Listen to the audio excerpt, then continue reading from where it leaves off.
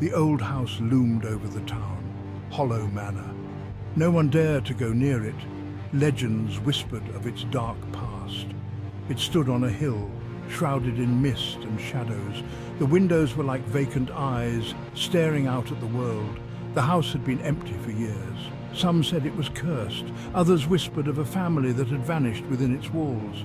But no one knew for sure. The truth was lost to time. The wind howled through the trees. It sounded like a mournful cry, a warning to stay away. But some warnings are meant to be ignored.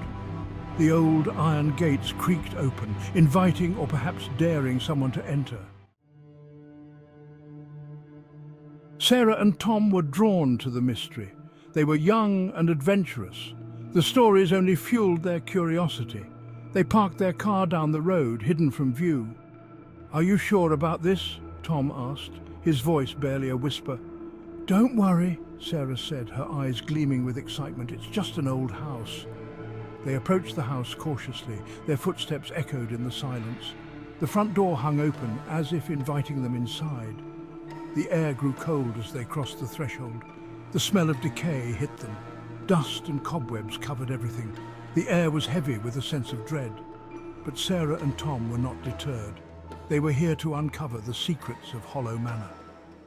They stepped inside, their hearts pounding with a mixture of fear and anticipation. The house was a labyrinth of dark hallways and dusty rooms.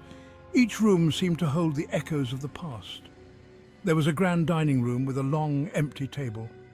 A chandelier hung precariously from the ceiling, its crystals dull and lifeless. They found a library with shelves upon shelves of books. The books were ancient and covered in cobwebs. The titles were in languages they couldn't understand. In the corner, a grandfather clock stood frozen in time. Its hands pointed to the stroke of midnight. Upstairs, they discovered a nursery. A rocking horse stood frozen mid-gallop. A crib sat empty, its paint chipped and faded. Sarah felt a chill run down her spine. She couldn't shake the feeling that someone or something was watching them. In the master bedroom, they found a tarnished silver mirror. As Sarah peered into its depths, she thought she saw a fleeting image, a woman with sad eyes and a look of despair. The house was alive with strange noises. Floorboards creaked beneath their feet. Whispers seemed to emanate from the walls. Sarah and Tom exchanged nervous glances. "Did you hear that?" Tom whispered, his eyes wide with fear. "It's probably just the wind," Sarah said, trying to sound brave. But even she couldn't ignore the growing sense of unease.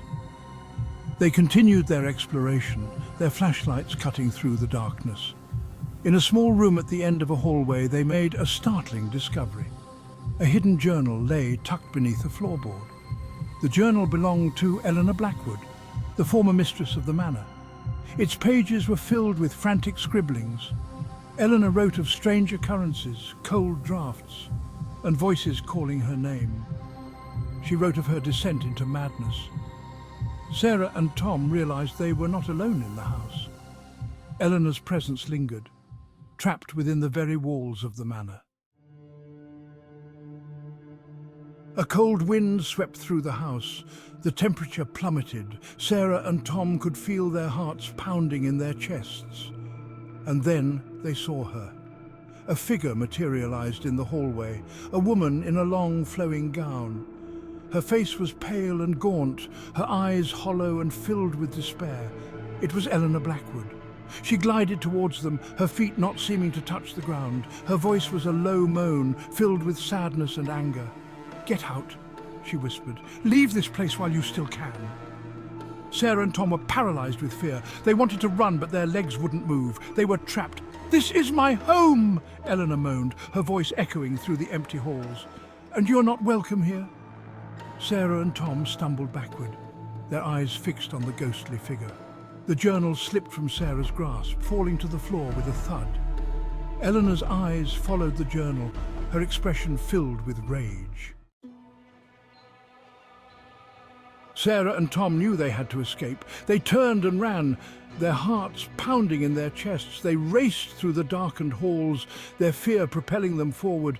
They could hear Eleanor's mournful cries echoing behind them. "You cannot escape your fate," she whispered. "This house will be your tomb." They stumbled and fell, their hands scraping against the rough wooden floors. But they didn't stop. They couldn't stop. Not while Eleanor was still after them. They reached the front door and burst out into the night. They didn't stop running until they were far from the house. They didn't look back. The next morning, the police searched Hollow Manor, but there was no sign of Sarah and Tom. They had vanished without a trace. The house stood silent once more. Its secrets remained hidden within its walls, but some secrets are best left undisturbed. For the haunting of Hollow Manor was far from over.